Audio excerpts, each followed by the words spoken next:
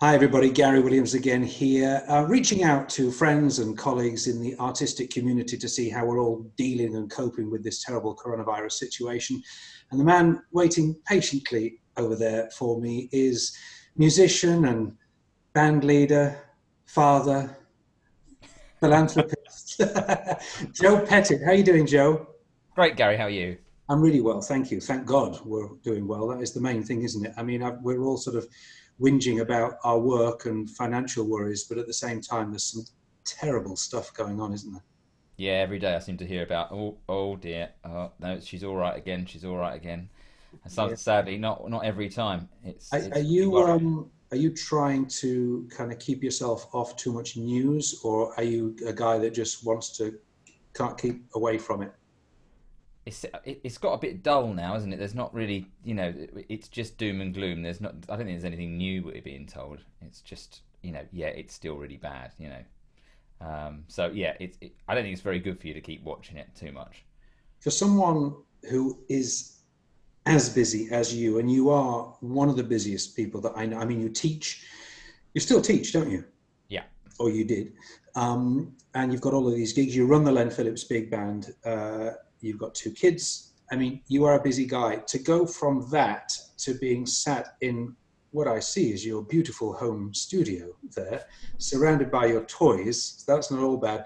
I mean, how are you coping with this? I mean, it's a massive change for someone who's used to being as busy as you to be stuck at home.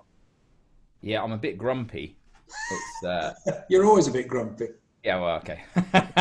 Fair enough. Yeah. I mean, well, you're a similar, motivated, driven kind of guy.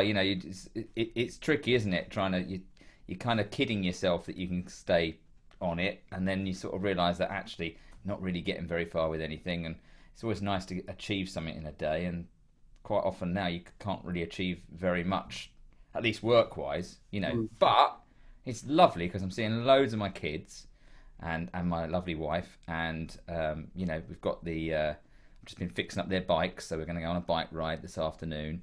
Our one bit of exercise for the day.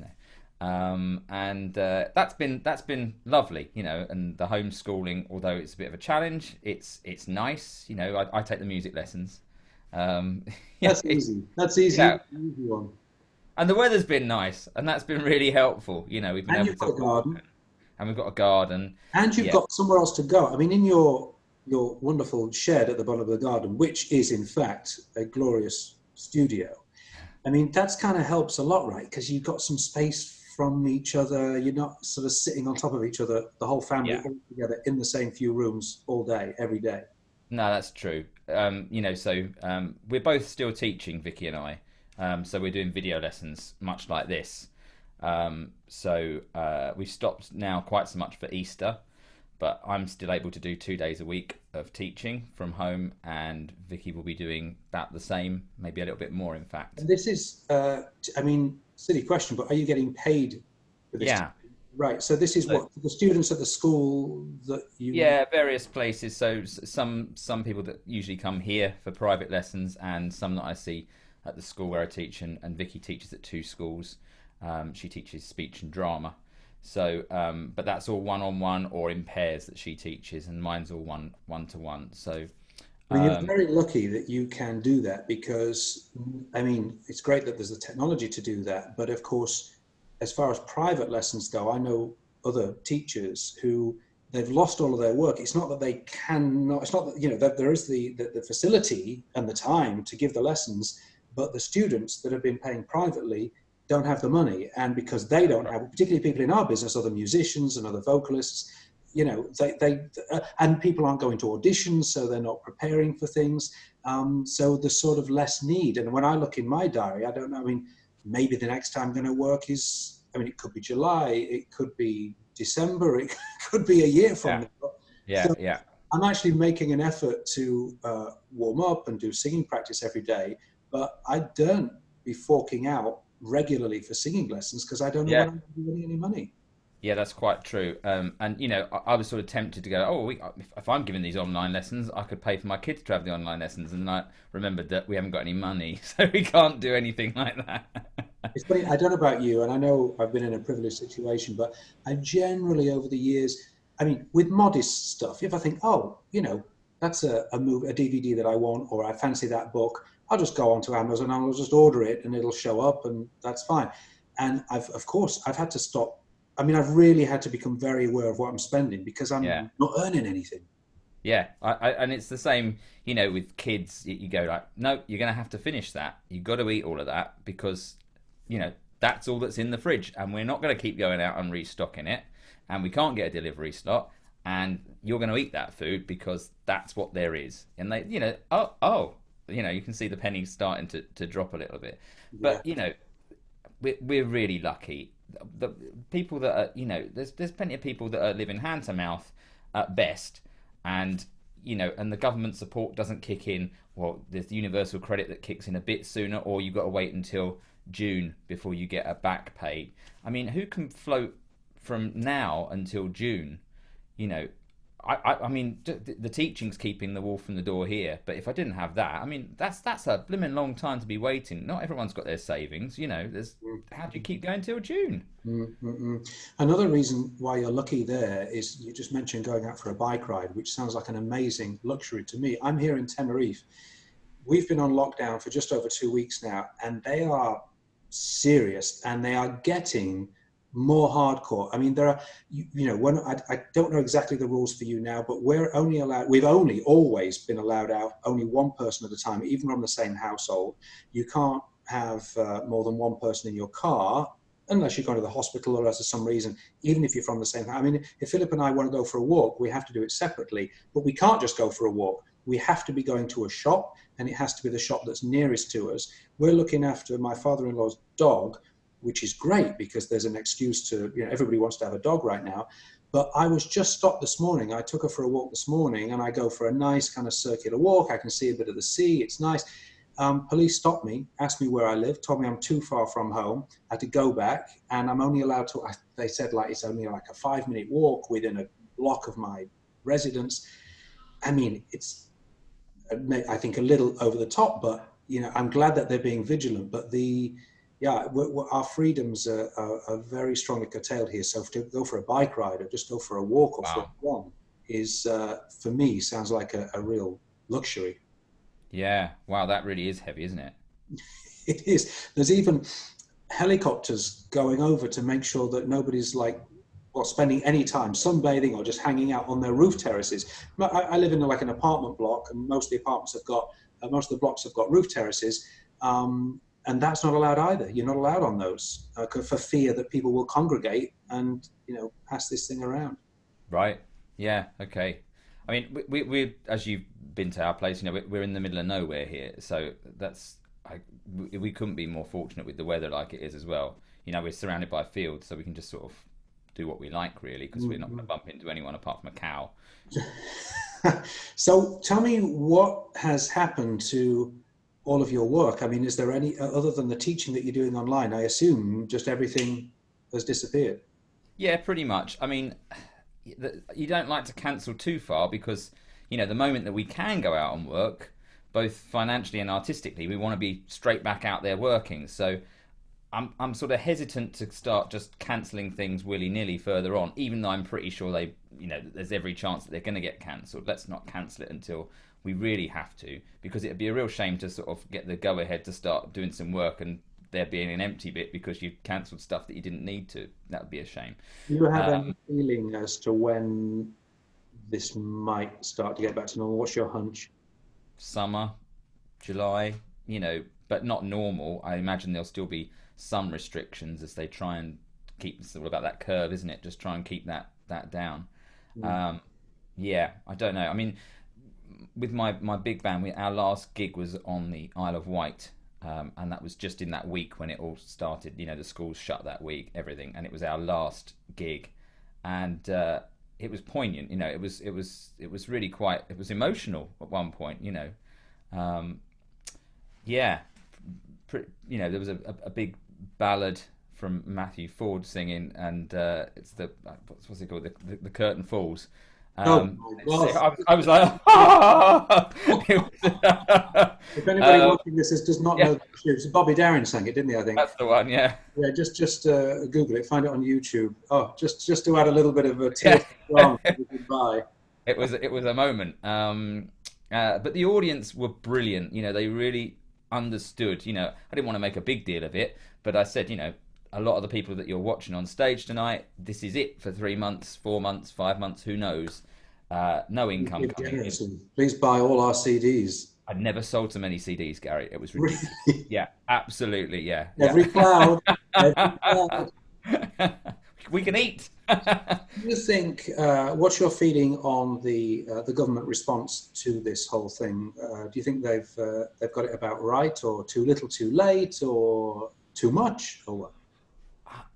I think that perhaps they didn't think it through in advance enough. It's not like we didn't know it was coming. We could see Italy a fair way in advance. I think that once they started to work on it, I think that their response has been about right, but too slow. It's causing a lot of anxiety for people financially, that kind of thing. I think we've got probably the biggest socialist agenda being rolled out by a Tory government at the moment. Biggest socialist agenda ever in this country, and it's coming from the Tories. So I mean that in itself is quite an amazing thing, and but then there's lots of people falling in the gaps. There's lots of the West End musicians. Very fortunately, they've been earning in excess of £50,000. They're not rich people. They're living in London. They're comfortable, but plenty of them are they've just bought their first house or whatever, and they've been earning £50,000, and now they're earning nothing. This is because they're self-employed. Because they're self-employed, and the cut-off for self-employed people is £50,000. And Which then you've got. does that make any sense to I anybody? don't understand why there's not just a cap. You can't, the same for employed people, £2,500 a month. That's the most you can get. Just Whatever, however much you earn over the yeah, £50 limit, you're still going to get £2,500. And yet, if you're self-employed, it's nothing. it's nothing. And then you get a lot of self-employed people run their business through a limited company. They're their own person, and In effect, they're their own employee, right? they're their own employee. They're their own employer and employee, and as a result, at the moment, they're not able to get any help because the moment they do any bit of work, that you can't furlough yourself if you're running a business. I was under the understanding. I mean, neither of us are experts, so we should make that super clear. But Yeah, sure. I read something. I don't know if it was from my accountant or from. I read something that if you are in that situation where you are the only director, you're the sole director of your own limited company. So basically, you're self-employed, but you do it through a limited company. Yeah. My understanding is that you can indeed benefit from. You can furlough yourself. And you can get 80% of whatever you are paying you. That's my understanding. Maybe it doesn't seem to be what I'm seeing from sort of my social media with various friends that are in this position. Mm-hmm. They seem to be falling straight through the Well, gap. the difficulty with that, though, isn't it? It's that people in that situation usually pay themselves a very small salary, and they pay the majority of their income comes from a dividend, and the what the government pays is 80% of the salary, not the dividend. So even if they are going to do it, even if you are able to do this to your own employment status, it's still only going to cover a very small amount of your income, isn't it? Yeah, yeah, and I know that people will say, well, if you're going to pay all your taxes, then then this is what's coming to you. But this is the same sort of financial setup that Ken Livingstone had. And Red Ken had the same financial setup where he was running everything through a limited company. This is a very standard practice. It's not a dodge, Exactly. It's not like every musician around and every sort of small business owner is doing some sophisticated tax dodge. It's been the way that it's just been a normal way of paying a little bit less tax. You still pay tax because you still pay tax on the dividend. It's actually, I think, what you're not paying is a national insurance contribution on the dividend, I think. But yeah, whatever it is, it seems. I mean, what is it? What are these people going to do? Yeah, it's a real worry, isn't it? The longer yeah. this goes on, I mean, there's going to come a point when the money runs out.